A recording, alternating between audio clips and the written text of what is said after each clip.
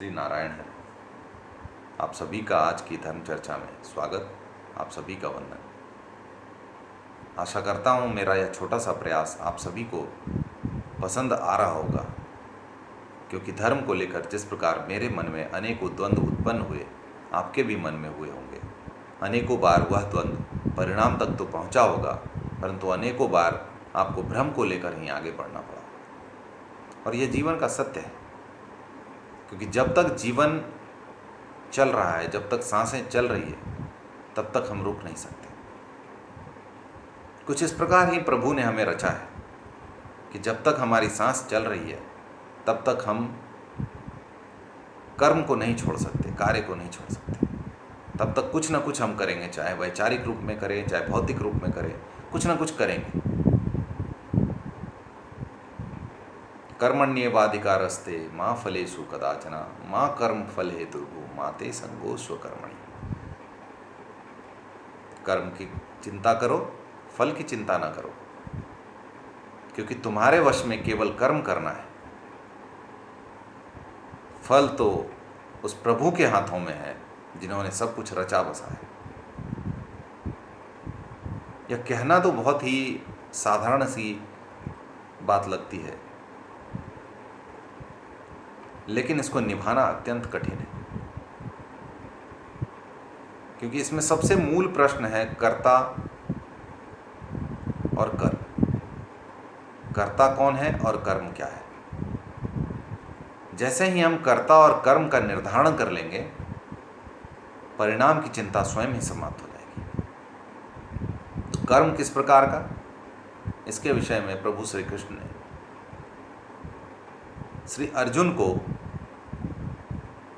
श्रीमद् भागवत गीता के 3 अध्याय में पूर्ण रूप से विस्तार से बताया है, और हम सबको उसका अध्ययन करना चाहिए, या किसी महापुरुष को सुनना चाहिए जो उस विषय पर तार्किक एवं आध्यात्मिक विश्लेषण कर सके, जो इस विषय के मर्मज्ञ हो। परंतु मैं बड़े ही छोटे भावार्थ में इसको समझाने का प्रयास करता हूँ। कर्म वह जो प्रभु के चरणों में समर्पित किया जाए। कर्म वह जिसमें मेरी लिप्तता ना हो। कर्म वह जिसमें मेरी आसक्ति ना हो। कर्म वह जिसमें मुझे मेरे कर्तापने का भाव न मिले। ज्यों ही यह हम प्राप्त करेंगे, त्यों ही हमारे परिणाम की चिंता समाप्त हो जाएगी, क्योंकि जब मैं कर ही नहीं रहा हूं, तो फिर मैं परिणाम की चिंता क्यों करूं? मैंने साल भर मेहनत किया है, इसलिए मेरे परीक्षा का परिणाम उत्तम आना चाहिए। तो क्योंकि मैंने किया है, इसलिए परिणाम मुझे चाहिए। यदि मैं यह सोचूं, यह मैं जो कर रहा हूं, यह मैं नहीं कर रहा हूं, कोई और कर रहा है, तो संभवतः परिणाम की चिंता हमारी समाप्त हो जाएगी। और बड़े अच्छे उदाहरण हैं, अनेकों भक्त हुए जिन्होंने अपने जीवन को उदाहरण के रूप में हमारे सामने प्रस्तुत किया है। आप कबीरदास जी की बात करें, जो इतने बड़े संत होते हुए भी अपने जीवन भर उन्होंने वही कार्य किया, वही कपड़े काते,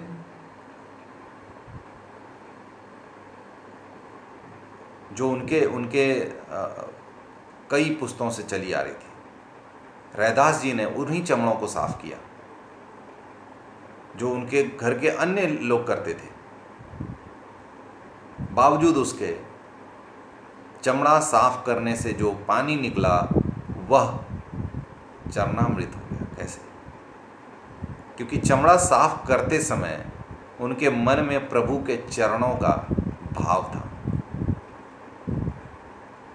तो जब हम भाव की बात करते हैं, तो हमें प्रभु के उस स्वरूप का दर्शन करना होता है, जो साकार या निराकार, जिस रूप में भी हम अपने कल्पना में ला सकते हैं, लाकर और अपने मन को उनके चरणों में समर्पित करके कर्म करना प्रारंभ करें। और रैदास जी ने ऐसा किया, और जब वह चरणामृत राजा के माध्यम से धोबी तक पहुंचा तो धोबी का मन भी प्रभु के चरणों में लग गया।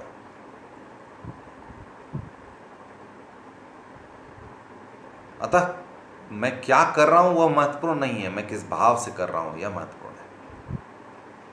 होई है सोई जो राम रचि राखा, को करी तर्क बढ़ावई शाखा। गाते हैं हम, आप भी गाते होंगे, बहुत सारे लोग गाते हैं,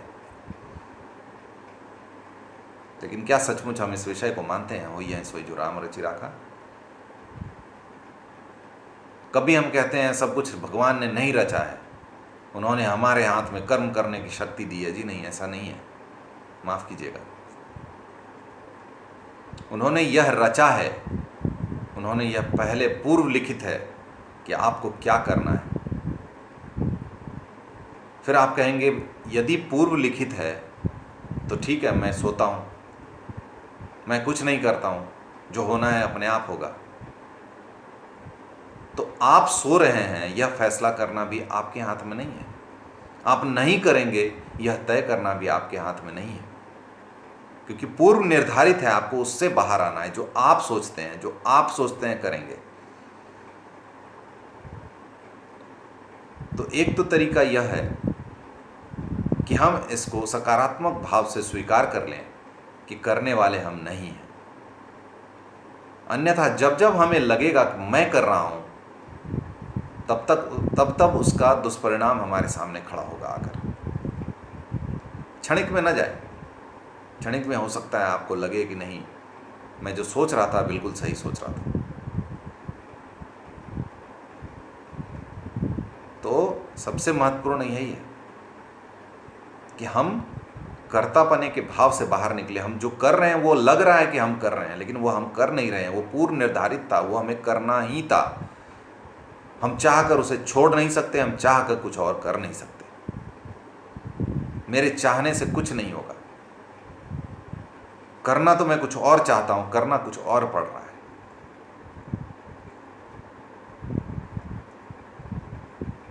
इसलिए यह बहुत महत्वपूर्ण है कि हम सीप की तरह रहें तो जल में, लेकिन उसमें लिप्त न रहें। उसका हमारे जीवन पर, हमारे मन पर, हमारे विचार पर कोई प्रभाव न रहे।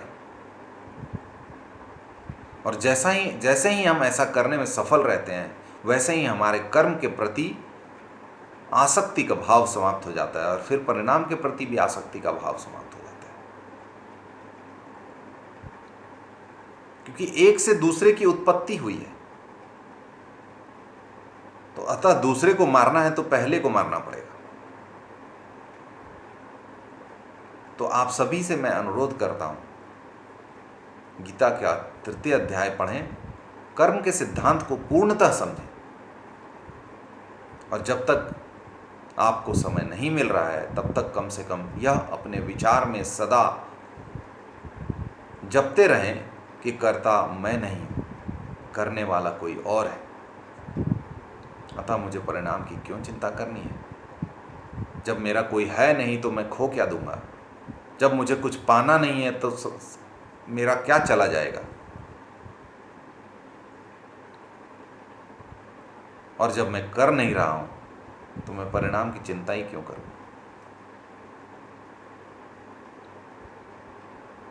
अतः आप सभी से अनुरोध है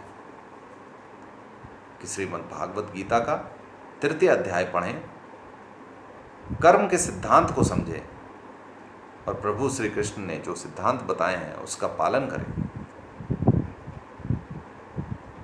फिर परिणाम की चिंता स्वयं ही आपके मस्तिष्क से समाप्त हो जाएगी।